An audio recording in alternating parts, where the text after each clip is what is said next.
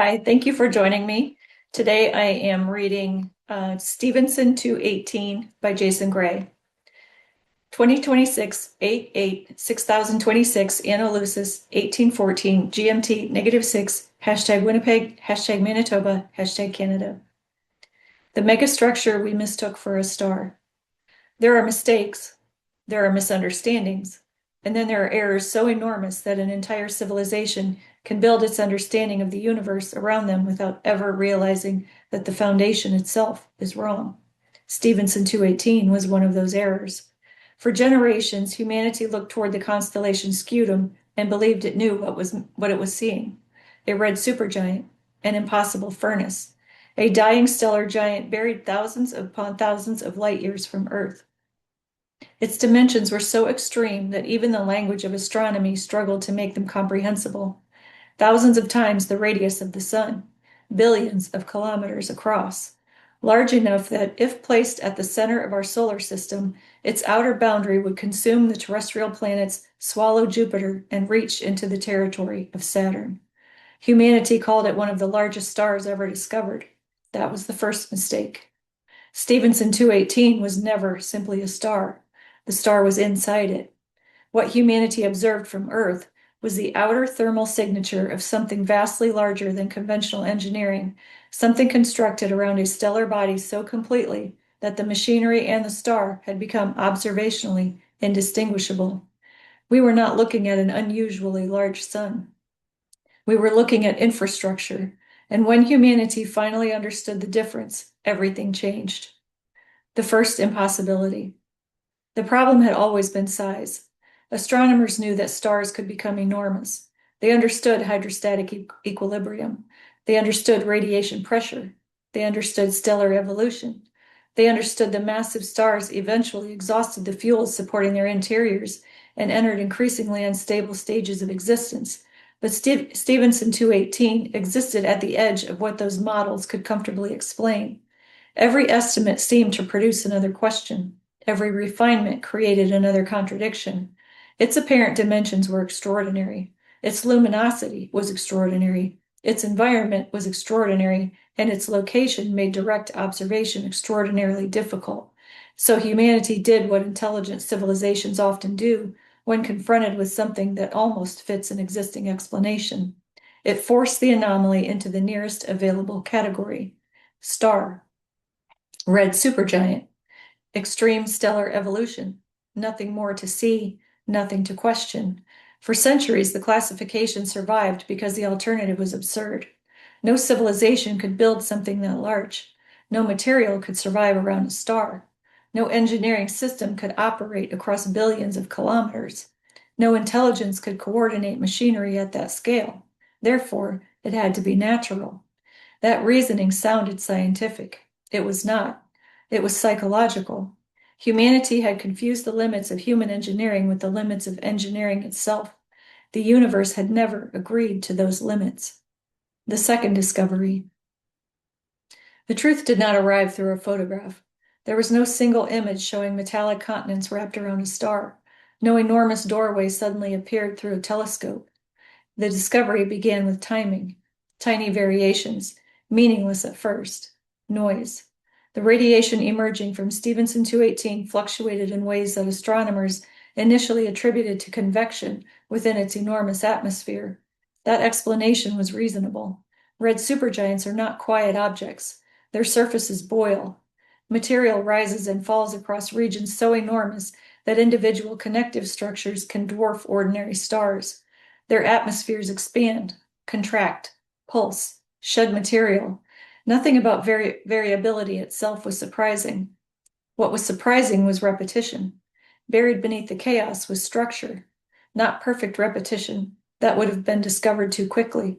Instead, the signal behaved like something designed specifically to resemble natural turbulence. Intervals repeated across years, then decades, then centuries of archived observations. The pattern was not visible until artificial intelligence compared every surviving observation humanity had ever made of the object. Different wavelengths, different instruments, different centuries, different civilizations of technology, photographic plates, radio surveys, infrared telescopes, orbital observatories, deep space thermometers. The machines found something the human eye could not. The variations were nested. One rhythm existed inside another, and another inside that, and another. The deeper the analysis went, the less random Stephenson 218 became. Eventually, someone performed the calculation everyone else had avoided. The intervals were converted into spatial relationships. The answer was impossible. They corresponded to enormous orbital layers, not planets, not moons, not debris, structures, thousands of them. The star inside the machine. The first accurate model of Stephenson 218 changed its estimated architecture completely. At its center remained a star, ancient, massive, violent. Surrounding it was an artificial system unlike anything humanity had previously imagined. Calling it a Dyson sphere was almost insulting. A Dyson sphere was a primitive concept by comparison. Human theorists had imagined civilizations constructing swarms of collectors around stars to capture their energy. Millions or billions of orbiting habitats and solar collectors could theoretically intercept a significant fraction of a star's output. Stephenson 218 operated according to an entirely different principle. It did not surround the star. It incorporated the star. The central stellar body had become one component of a machine. Gravity was part of the machine. Radiation was part of the machine. Magnetic fields were part of the machine. Plasma was part of the machine. The stellar wind was part of the machine. Even the apparent atmosphere surrounding the object was part of the machine. What humans had interpreted as the outer layers of an enormous red supergiant were actually a controlled envelope extending across an incomprehensible distance. The megastructure did not resist the star. It used it. Engineering without walls. Human beings imagined machines as collections of solid components: metal, ceramic, composite, circuits, cables, bearings, pipes, structures. That assumption prevented humanity from understanding Stephenson 218. The builders had abandoned conventional solid-state engineering millions of years before the construction began. Their machines were fields. A magnetic field could become a wall. Plasma could become a conductor. Gravity could become a structural member. Radiation could carry information. Orbital momentum could become a stabilizing mechanism. Entire regions of space could function as components. The megastructure surrounding Stephenson 218 therefore had no single surface. There was no shell. There was no exterior wall. There was no place where an approaching spacecraft could simply land and declare it had arrived. The machine existed across layers. Some were physical, some electromagnetic, some gravitational, some computational.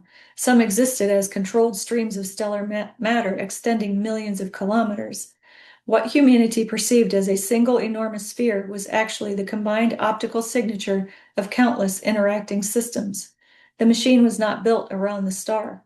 The machine was built out of the behavior of the star. That distinction mattered because it meant the builders had learned to engineer nature at the level of fundamental processes. The builders. For decades after the discovery, humanity asked the obvious question: who built it? The question contained another assumption, that the builders were still there. The first probes sent toward Stephenson 218 found no cities, no fleets, no recognizable habitats, no transmissions identifying a civilization, no diplomatic beacon, no language, no warning, nothing. The structure simply continued operating. That created an even more disturbing possibility. Perhaps the builders were gone. Humanity had discovered not an alien civilization, but its machine. A machine that had continued operating for an unknown period after the disappearance of its creators. A monument with no inscription, an engine with no engineer, a system so perfectly designed that extinction had not interrupted its purpose. Eventually, the probes discovered something else. There were no inhabitants because the distinction between inhabitants and structure no longer existed. The builders had not abandoned Stephenson 218. They had become it. The last biological generation.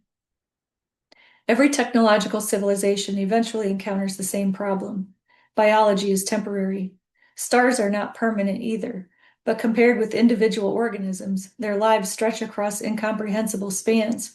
Civilizations built from biological beings therefore exist inside a contradiction. Their knowledge can potentially survive for millions of years. Their bodies cannot. The builders of Stephenson 218 solved this problem in stages. First, they transferred memory, then cognition, then identity. Eventually, the distinction between individual and civilization disappeared. Their civilization became distributed. There was no central computer containing everyone. There was no digital heaven where trillions of minds lived inside a simulation. The entire structure became cognition. Every orbital layer contributed processing. Every controlled plasma stream carried information. Every magnetic interaction performed computation. The star itself became the clock. Its oscillations synchronized processes across distances that once would have made unified consciousness impossible. Stephenson 218 was not merely inhabited. Stephenson 218 was alive, not biologically, not mechanically, not in any category humanity possessed. It was a civilization that had transformed itself into architecture. 10 billion suns of space. Only when the first human expedition entered the outer layers did anyone understand the psychological horror of the scale. Maps became meaningless. Distances normally used for interplanetary navigation became measurements between components. A structure visible ahead could require months to reach. What appeared to be a thin filament could be wider than Earth. A luminous point could turn out to be an installation larger than the sun. The human mind had evolved to understand meters, kilometers, mountains, oceans, perhaps planets. Stephenson 218 existed beyond intuitive scale.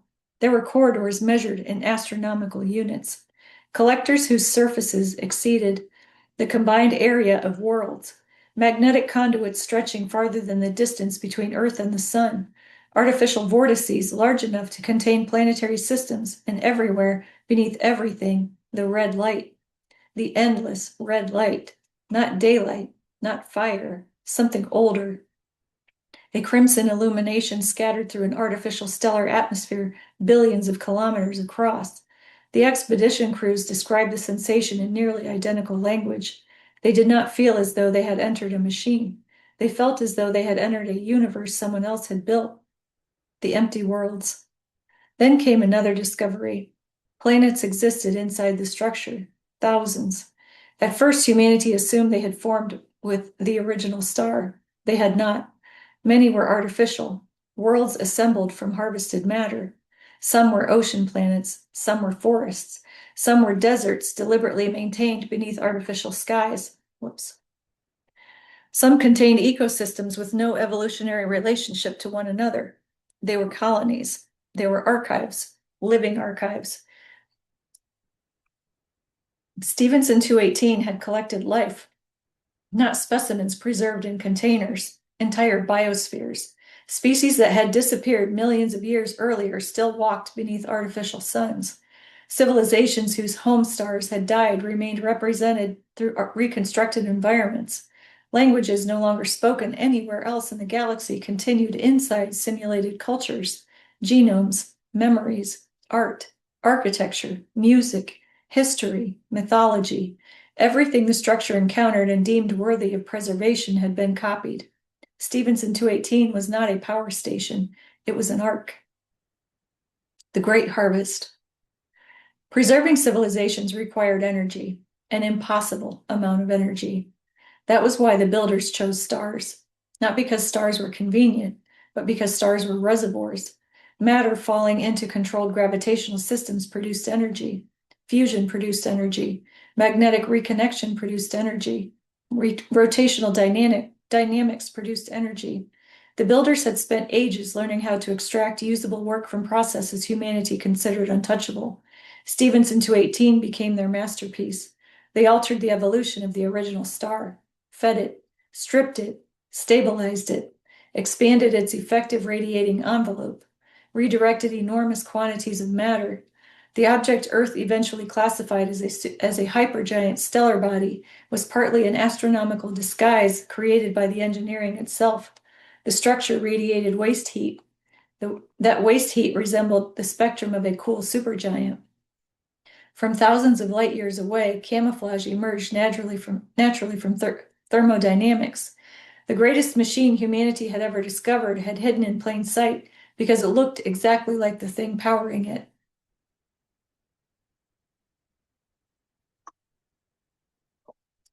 Why hide? That question haunted researchers. If the builders possessed technology capable of stellar engineering, why conceal themselves? What could possibly threaten them? The answer arrived from the oldest accessible layer of the structure, not as language, as history. The galaxy had not always been quiet. Humanity had mistaken silence for emptiness. It was neither. The silence was survival. Long before Earth possessed multicellular life, civilizations had spread between stars. Some explored, some traded, some merged, some conquered, some consumed. Eventually, something appeared that changed the rules. The records did not give it a name. Names were biological conveniences. Instead, the structure represented it mathematically, a pattern, a repeating sequence associated with vanished systems. Where the pattern appeared, civilizations disappeared. Not planets, not populations, civilizations. Their infrastructure stopped. Their communications ended. Their artificial signatures vanished. Sometimes the stars themselves changed. The builders of Stephenson 218 had encountered evidence of it, and they had reached a conclusion.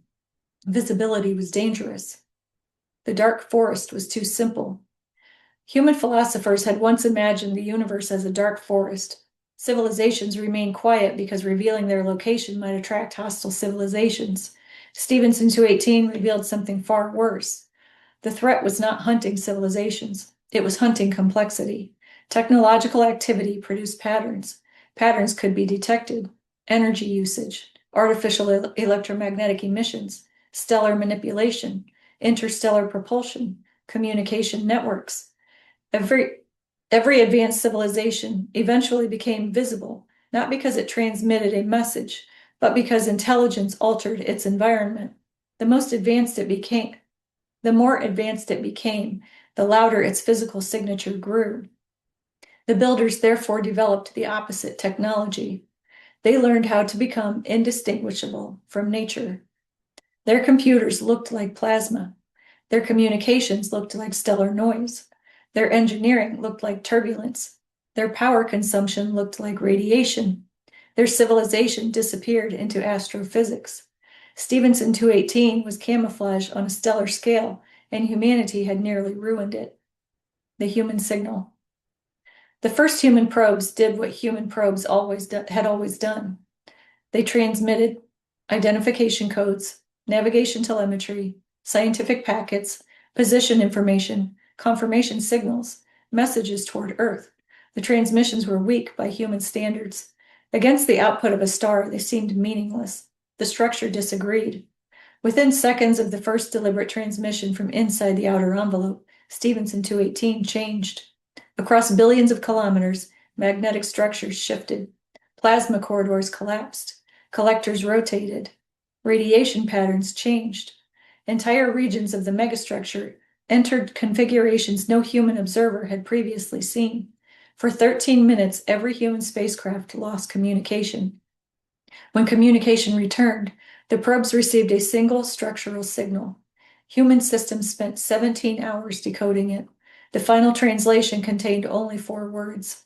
You have announced us. The awakening. What humanity interpreted as the activation of Stephenson 218 was not an awakening. The structure had never been asleep. It had been quiet. There is a difference. Systems that had remained dormant for geological ages began operating. Objects emerged from within the stellar envelope, not ships in the human sense. They possessed no obvious engines, no windows, no command decks, no recognizable weapons. Some were larger than planets. Others were smaller than human spacecraft. All moved with impossible precision. Then the star dimmed, not completely, not suddenly, but measurably. Energy that had previously escaped into space was being redirected. The implications terrified Earth. Stephenson 218 was accumulating power. For what? Defense? Escape? Communication? No one knew. Then gravitational observatories detected the first distortion. Something inside the megastructure was manipulating space-time. Not enough to create a conventional wormhole, something stranger. A geometry was forming, a boundary, a region where ordinary measurements of distance began to fail. Stephenson 218 was preparing to move, not the star, everything. Moving a star. Human physicists initially rejected the idea. Moving a star was technically possible in principle.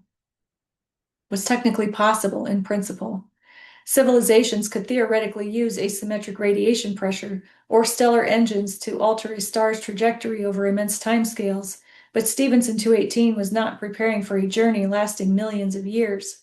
The structure was attempting something else. It had transformed the space around itself. The builders had discovered that moving matter across the universe was inefficient, so they stopped moving matter. They moved relationships between locations. Distance was not crossed. Distance was rewritten. The megastructure did not require propulsion. It required geometry. That was the true purpose of the enormous outer layers. Humanity had believed they were collectors. They were not. They were anchors. Billions of kilometers of synchronized infrastructure existed to manipulate space-time around the central mass. Stephenson 218 was not merely an ark. It was a vessel. The largest vessel humanity had ever encountered. A starship built around a star. Where was it going? That question produced the discovery that nearly destroyed human civilization. The navigation solution was extracted from gravitational alignments and coded throughout the structure. Stephenson 218 had destinations, thousands of them. Some corresponded to known stellar systems. Others pointed toward empty coordinates. When those coordinates were compared with galactic motion projected backward through time, the mystery disappeared. They were not empty. They were graves. Locations where stars had once existed. Civilizations had lived there. Stephenson 218 had visited them, sometimes before their destruction, sometimes afterward. It had been moving across the galaxy for millions of years, collecting, recording, preserving, escaping, and eventually returning. One coordinate remained unexplained. A small yellow star in an unremarkable region of the Milky Way. A system with 8 major planets. The third planet contained liquid water. Humanity stared at the coordinate in silence. Earth. The first visit. Stephenson 218 had already been here. Not physically, its probes had. Long before cities, long before writing, long before agriculture. Before humanity understood itself as humanity, machines from Stephenson 218 had entered the solar system. They watched, they sampled, they recorded, and then they left. The records contained Earth, ancient Earth, animals long extinct, atmospheres from forgotten ages, magnetic fields, ocean chemistry, DNA. Eventually, humans appeared in the records, primitive, small, fragile, interesting. The structure watched humanity emerge. Fire, language, tools, burial, art, agriculture, cities, empires, industry, radio, nuclear weapons, spaceflight, artificial intelligence. Each threshold increased the frequency of observation. Stephenson 218 had not discovered humanity when humanity discovered it. It had known about us from the beginning. Why were we preserved? The answer was buried inside a classification system containing millions of species. Humanity expected intelligence to be the defining characteristic. It was not. Many intelligent species had existed, some vastly more intelligent than humans. The rare characteristic was contradiction. Humans could destroy and protect, hate and love, invent weapons and medicine using the same knowledge, burn forests and write poetry about trees, divide themselves into tribes while imagining universal brotherhood, understand mortality while behaving as though life were infinite. The structure had encountered intelligence repeatedly, but humanity exhibited unusual instability between cooperation and self-destruction. We existed near a threshold, not technological, moral, a species capable of becoming either extraordinarily creative or catastrophically destructive. Stephenson 218 did not know which outcome would prevail, so it watched. The test. Humanity assumed the megastructure had come to save us. That interpretation lasted 11 days. Then researchers discovered the final layer of the Earth file. Stephenson 218 did not rescue civilizations from themselves. It preserved what could be preserved. There was a difference. Civilizations that destroyed themselves were recorded, their biology archived, their knowledge copied, their art preserved, their languages reconstructed, but the civilization itself was allowed to end. The structure did not interfere. It had learned why. Every civilization that was repeatedly rescued eventually became dependent upon rescue. Every species protected from the consequences of its own behavior eventually repeated that behavior. Intervention postponed collapse. It did not create wisdom. Stephenson 218 therefore followed a law older than human civilization.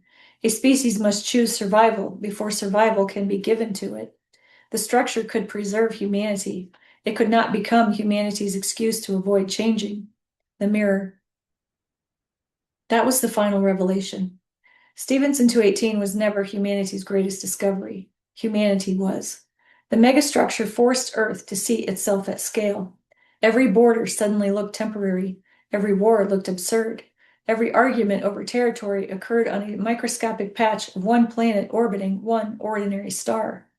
Humanity had spent thousands of years fighting over pieces of a world floating in an ocean containing machines larger than solar systems. Kings had called themselves powerful. Governments had called themselves permanent. Corporations had accumulated fortunes. Nations had threatened annihilation. Religions had claimed exclusive ownership of cosmic truth, and all the while, something ancient enough to have watched species rise and disappear had been moving silently through the galaxy.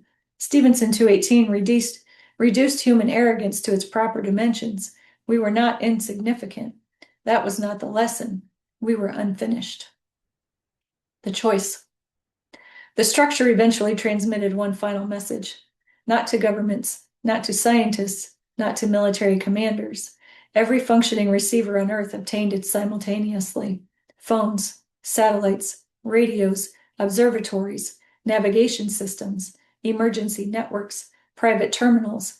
Machines that should not have been capable of receiving the signal received it anyway.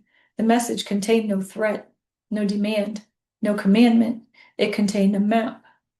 The map showed humanity's possible futures. In one branch, Earth became silent. Cities disappeared. Satellites decayed. Oceans changed. Forests reclaimed roads. Humanity became another preserved record inside Stephenson 218. In another, humanity survived technologically but never escaped its ancient instincts. It spread conflict beyond Earth. Mars became territory. The asteroid belt became property. Colonies became nations. Nations became empires. Humanity carried its oldest divisions into the stars. That branch also ended. Then there was a third, the smallest. Humanity survived itself. Not perfectly, not peacefully, not without disagreement, but sufficiently. Borders remained while losing their sacredness. Difference remained without requiring hatred. Technology became stewardship rather than domination. Power became responsibility. Expansion became exploration rather than conquest. Human beings stopped asking who deserved the earth and began understanding that no one owned it. They belonged to it. That branch continued beyond the map. Stephenson 218 could not predict what came after. For the first time in the entire transmission, the ancient machine admitted uncertainty. Humanity had reached territory, even it could not calculate. The great machine waits. Stephenson 218 remains visible in the sky, red, distant, apparently silent. Astronomy textbooks still describe its spectrum, its temperature, its luminosity, its estimated radius. Those facts are not wrong. They are incomplete, because sometimes the greatest deception in the universe is not a lie. It is a correct observation interpreted through an insufficient understanding. Stephenson 218 is hot. It is enormous. It radiates like a star. It contains stellar matter, all true, and none of those truths reveal what it actually is. A library, an ark, a computer, a sanctuary, a graveyard, a vessel, a civilization, a warning, a mirror. Inside its impossible red envelope exist the remains of worlds whose names will never be spoken by their original inhabitants again. Oceans orbit beneath artificial skies. Extinct creatures walk across reconstructed continents. Languages forgotten by the universe remain stored in fields of light. The memories of civilizations older than Earth move through currents of plasma surrounding an imprisoned sun. And somewhere inside those billions of kilometers of machinery, humanity has already been given a place. An empty place, a reserved place, a place waiting for the complete record of our species. Whether that chamber ever receives us depends upon what happens here, not there, here. On this tiny blue world, the ancient machine will not invade us. It will not conquer us. It will not demand worship. It will not descend from the heavens and solve what we refuse to solve ourselves. It will simply watch, because Stevenson 218 has seen this moment before, thousands of times. A civilization reaches upward, splits the atom, builds thinking machines, touches neighboring worlds, discovers that the universe is larger than its mythology, and arrives at the same threshold. Power increases faster than wisdom. Technology increases faster than responsibility. Connection increases faster than unity. And suddenly a species possesses the ability to determine whether it deserves a future. That is where humanity stands. That is why the structure returned. Not because we are chosen, not because we are superior, not because the universe revolves around us, but because our test has begun. Far across the Milky Way, behind an artificial crimson atmosphere large enough to engulf the agriculture of our solar system, an intelligence older than human history is listening. It has no impatience. It has no need to intervene. It has watched oceans disappear. It has watched planets burn. It has watched civilizations discover compassion too late. It has also watched others survive. Rarely, but enough. Enough to continue watching. Enough to keep the empty chamber prepared. Enough to leave one possibility open. Humanity will never enter Stevenson 218 as another extinct civilization preserved inside the machine. One day we will approach it ourselves, not as refugees, not as specimens, not as survivors begging an ancient intelligence to save us, but as equals. A civilization that finally learned the lesson written across every dead world in the galaxy. Intelligence is not measured by what a species can build. Power is not measured by what it can destroy. Advancement is not measured by how far it can travel. The final measure of civilization is whether it can possess extraordinary power without using that power to destroy the conditions that allowed it to exist. That is the threshold. That has always been the threshold. And Stevenson 218 has been waiting on the other side of it for millions of years, watching, recording, preserving, waiting for humanity to decide what happens next. Because the largest structure we ever discovered was never the greatest mystery. The greatest mystery was whether the small civilization staring back at it would survive long enough to understand why it was built. And somewhere within the crimson machine, something has begun counting, not down, forward, waiting to discover how far humanity will get. And then there's a lot of coding, and it is signed Jason Gray. That's incredible. Absolutely incredible. I didn't know anything about Stevenson 218 when I first discovered this post. And so I probably need to go look it up. But anyway, thank you for joining me.